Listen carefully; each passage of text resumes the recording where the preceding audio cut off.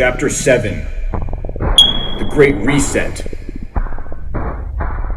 David lays in bed, sweating profusely beneath the heavy sheets. The hot sun creeps through his bedroom window and shines into his eyes. He gradually opens them. The ceiling fan is spinning, blowing cool air across his face. David crawls out of bed, a confused look on his face, as he sits on the edge of a mattress.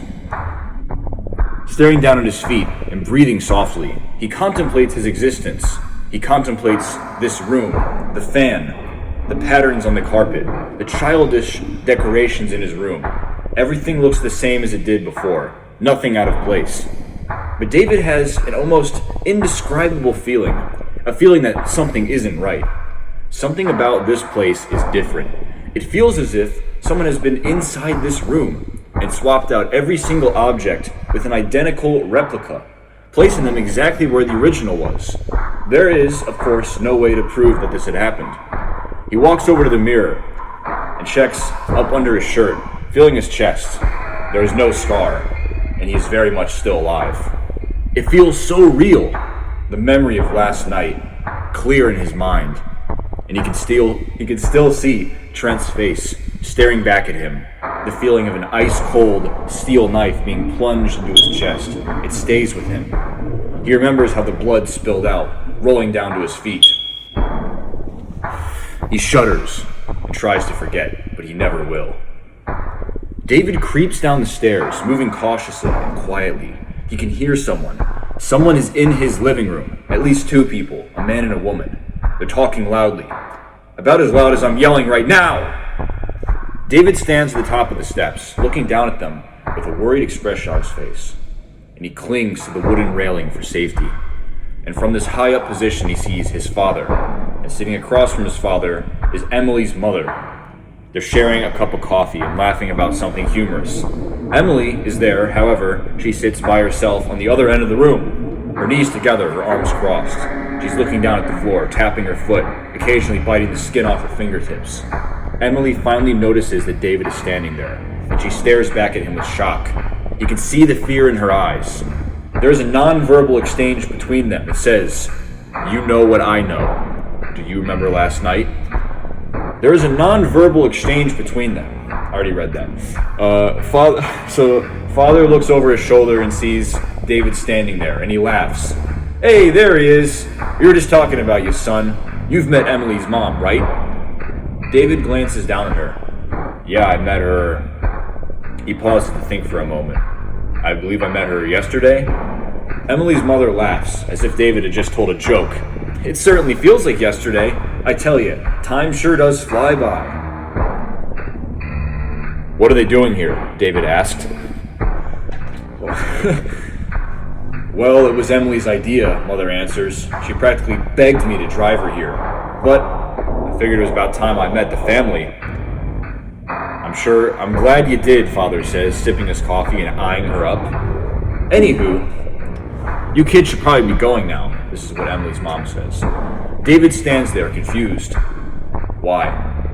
Father scoffs. "Because school starts in 45 minutes. You don't want to be late, do you?" "School?" David asked. "I have baseball practice at 7? Ah, geez, I missed practice. I slept in. I missed baseball practice." "Junior," his father says with a serious tone. "Spring training ended a while ago, but hey, there's always next season, right?" David looks over to Emily. She looks distressed, even more concerned than he is. Seeing the worried expression on her face, David feels pity for her. He doesn't want to stress her out further. He pretends to laugh with false relief. "Right, next season. Well, I guess we should be leaving now." David takes Emily by the hand and makes his way towards the door. His father calls out, "Don't forget to stay hydrated, son. Sure is a hot one today. Oh, you betcha." "Oh, you betcha. It's a hot one today for sure." On the front porch, David tries walking towards his car, but he feels Emily pull him back. He stops in his tracks and looks down at her with confusion. "What is it?" he thinks to himself. She speaks in a desperate, fearfully quiet voice. "Please tell me you know what's going on." "What are you talking about?" Do you remember? Remember what? She stares at him through her eyebrows. The theater. David's eyes widen. How do you know about that? I thought that it was a dream. She interrupts. That's what I thought too. Something isn't right. I can feel it. It feels too real, like a crystal clear memory, like it really happened. David paces up and down the porch, weaving his hands into his sweat-soaked black hair.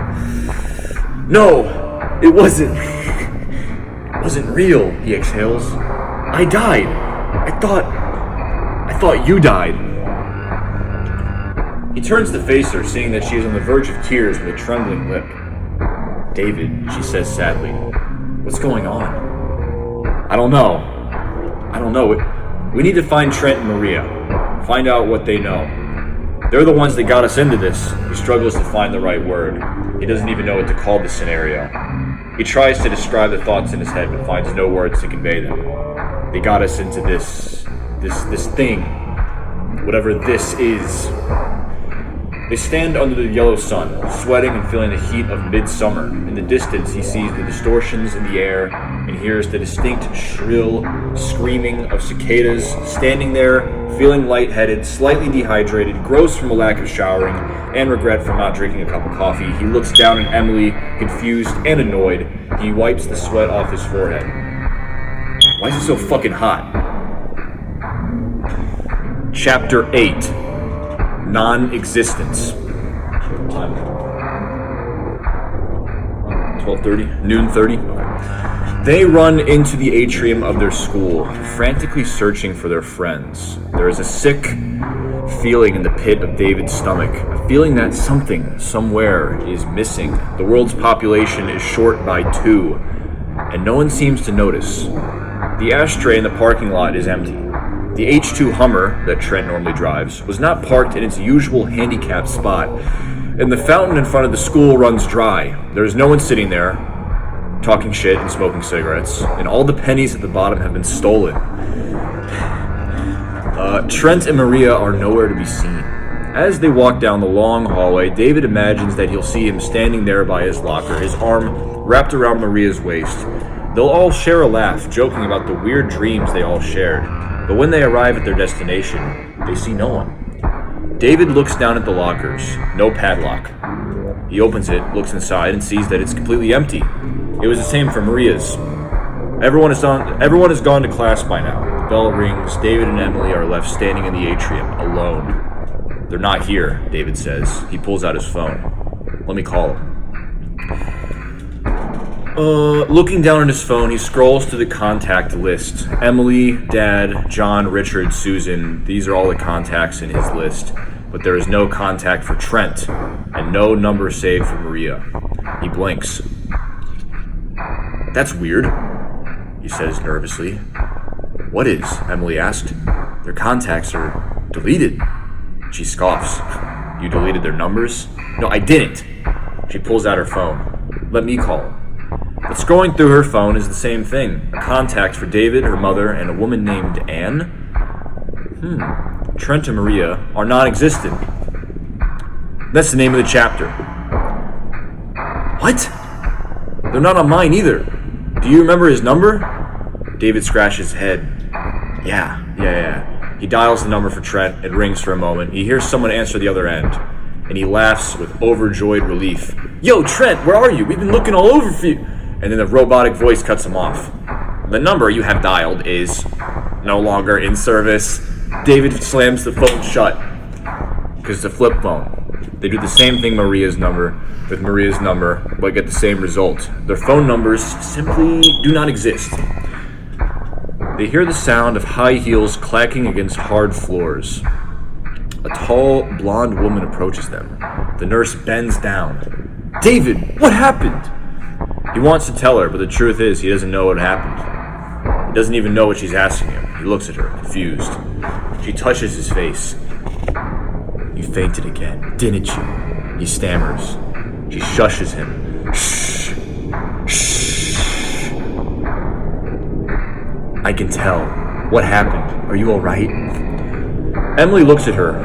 With jealousy, she gradually inserts herself between them. He's fine. We're just looking for our friends. Have you seen him? Who? The nurse asked. Trent and Maria, David answers. The nurse gives no reaction to those names. You know, the mayor's son, the star athlete and his girlfriend. You spoke to them yesterday. I'm sorry, the nurse utters, but I don't know anyone by those names. I mean, are you sure you two are feeling alright? No, David answers. I'm pretty far from feeling alright. I feel like I'm losing my mind. Maybe it's this heat, the nurse says. You kids need to stay hydrated. There's a Gatorade vending machine down the hall. Sponsored by Gatorade. Emily stares at her with hatred, saying nothing. The nurse sighs before walking away. If you guys need me, I'll be in my office, with plenty of Gatorade. That's not in the book. Emily looks at him, devastated. She wants to ask him the ultimate question, hoping that he'll have the ultimate answer, but she knows that he is just as confused as she is. There are no answers to be found, only an endless series of questions within questions. David, she asked. He puts his hand on her shoulder, and he says, we need to go to Trent's house. Chapter 9. McMansion.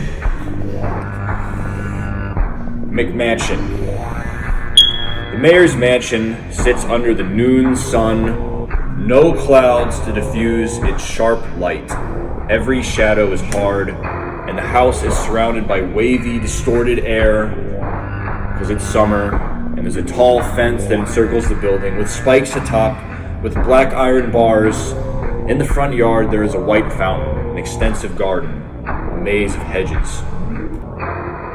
From across the street, they sit in their parked car, the engine off, feeling the humidity building up inside. David stares at the house. He's known this place his entire life, been inside of it a countless number of times. But on this day, he looks at it with a different set of eyes. He sees it how it truly is, 3 stories tall, made of stone white bricks, looking like a bank or some government building, with large black windows all over the exterior, tinted on the outside to create a one-way mirror effect. Something evil is lurking inside. He can feel it in the air tonight. He can hear him whispering through the walls. Hear who? David can hear him whispering through the walls and into his ear. David knows that this is the right thing to do, to avoid this place at all costs, to start the engine and drive away as fast as possible, forget the mystery, and live in ignorance. But he's not going to do that, because then the book would end. They exit their car and begin walking towards it, gradually craning their necks upwards as they walk towards it, marveling at its size. David rings the doorbell, but there is no response. He hits it again, waits a few more seconds. Emily starts getting nervous. What the fuck is going on? He says under his breath. What's going on? What the fuck's going on? They turn around to leave, but hear the unlatching of a lock on the other side of the door. There is a 0% chance that Trent's on the other side of the door, that is, he's on the other end. So who the fuck could this be? Who's about to open the door? David asks himself all these questions, feeling the terror of anticipation. Who's about to jump out of this house? And what are they going to do to him? What are they going to do to Emily? Who is about to open the door in 0.5 seconds? They knew that they should not have come here. The door opens slowly, it makes a creaking sound, and a man pokes his head out, looking shaky and afraid. He swallows the dry throat and looks up at the 2 teenagers standing on the porch. But seeing that it was just David, he laughs, swinging the door wide open and immediately going in for a firm handshake. Hey! He yells excitedly. The man standing on the other side of the door is the mayor of Chesterton, the father of Trent. He has a full head of gray hair and a $10,000 black suit and a gold Rolex. David, Emily, how are you guys? Hey, how's your father? They both sigh with relief. He's good, David answers. But I wish I could say the same for us. The mayor's face drops into his frown. Oh, I'm very sorry to hear that, David. Is something wrong? Well, he begins to say, to be perfectly honest, sir, it's about your son. The mayor tilts his head, blinking. David continues, we've been looking all over for him, for Maria as well. They weren't at school this morning, and I guess their phones aren't working or something. The mayor raises an eyebrow, and he glances over to Emily, like this. You wouldn't know where he is, would you? The mayor grits his teeth. I don't have a son. I've never had a son. I can't have children. And even if I could, I wouldn't want to.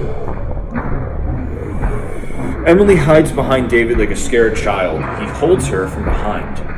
Like this. Okay?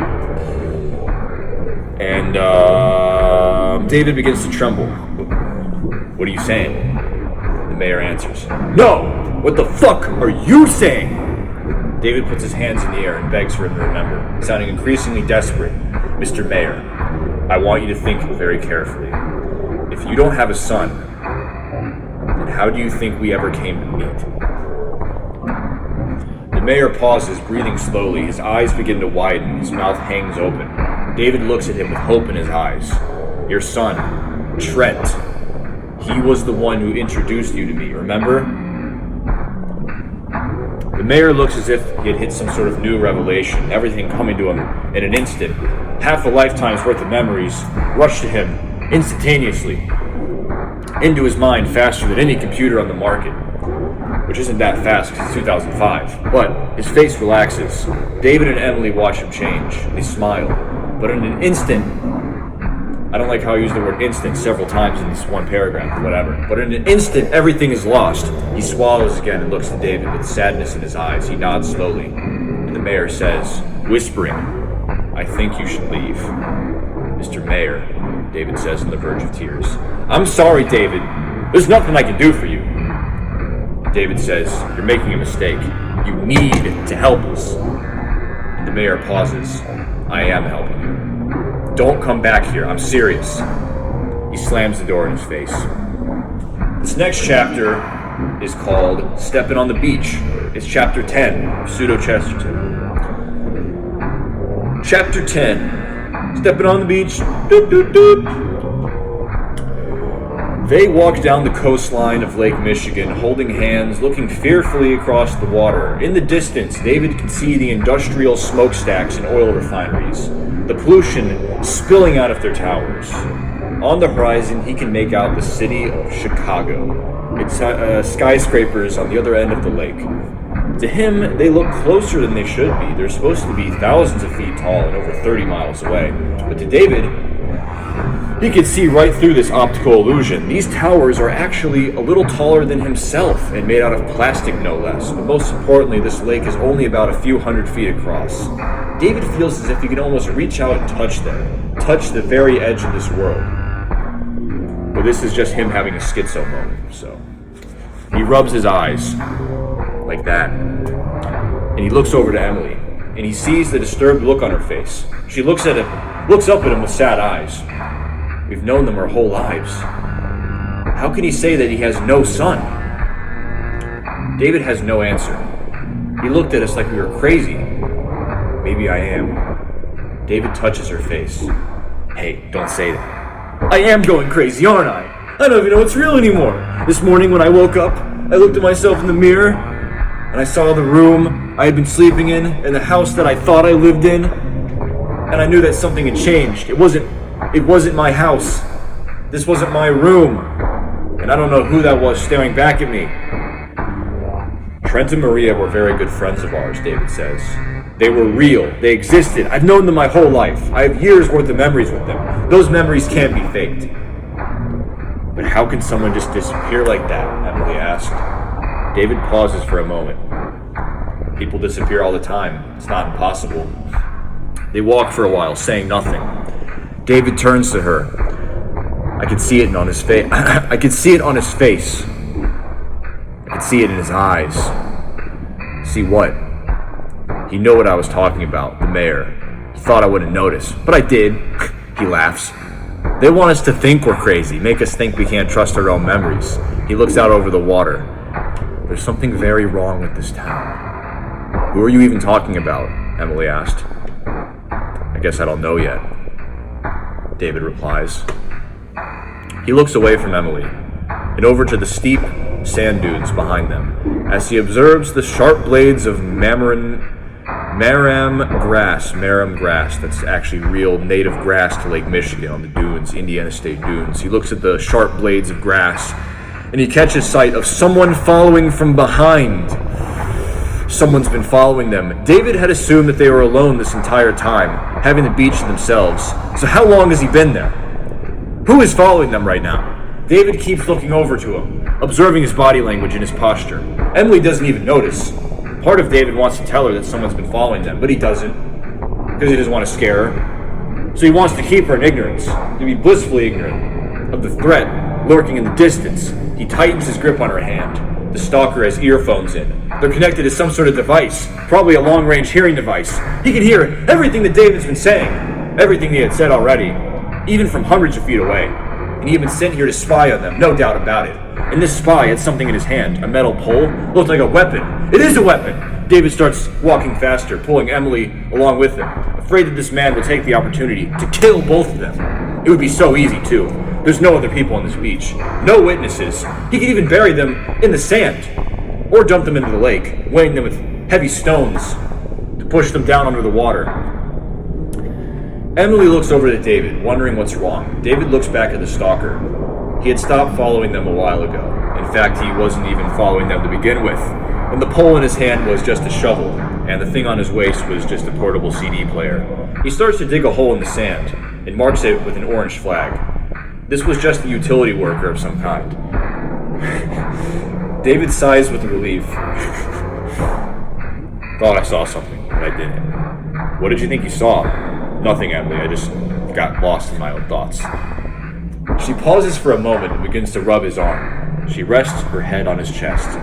Last night in the theater, when I got lost in that maze, I thought I lost you forever. I know, David says. I thought I lost you too, but I came back. You came back. Emily hugs him and cries softly. I'm not going anywhere. Neither are you. She looks up at him, tears falling down on her face. That theater, did it even really exist? David thinks for a moment. He wants to say yes, but can't. He won't lie to her. He asks a second question.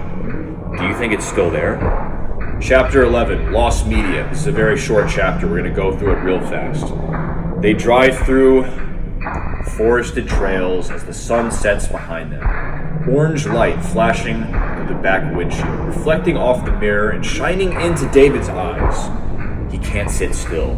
He is constantly shifting in his seat, adjusting and readjusting the air conditioning. He breathes heavily. The path ahead of him appears to be a tunnel made out of dead trees, and there is a darkness at the end of it. And the further he goes, the more fear he has of what lies at the end. He expects that at any moment the theater will pop into view, an image so terrifying he could faint. They reach a dead end, the same dead end as last night, and what he sees makes him jolt. He can't believe his eyes. He gasped. David stops the engine and jumps out of the car, his mouth still hanging open. The theater was nowhere to be seen. It was just an empty plot of land. A flat stretch of dirt. What the fuck? A flat stretch of dirt. In the middle of a forest. No buildings, no tire tracks, absolutely no sign of human development. David gets the idea that they were the first human beings to ever stand here in a very long time. And he tries to describe his shock to Emily, but the words escape him. He fumbles for a few seconds. Emily stands there a few steps away, appearing completely unfazed, like she had expected this to happen. It was right here. He sounds completely devastated. It was right here. We stood right here. This is where they vanished. Emily whips her head around. They? She asked. David looks at her with concern. Trent and Maria. This is where they disappeared. She shakes her head. Right. I knew that. Right. Okay. David reaches out to touch her. She stands there, looking down at the empty plot of land, trying to remember the forgotten memories from another world. Something is very wrong. David can see the blood retreating from her face, a malignant terror that overtakes her entire body. She stands perfectly still, looking paralyzed. What is it? Nothing, she says defensively. She looks around the ominous forest, seeing that the sun was about to set, and soon they would be submerged in total darkness, alone in the deep woods they thought they knew. Her face relaxes. I think you should take me home, David. It's getting late.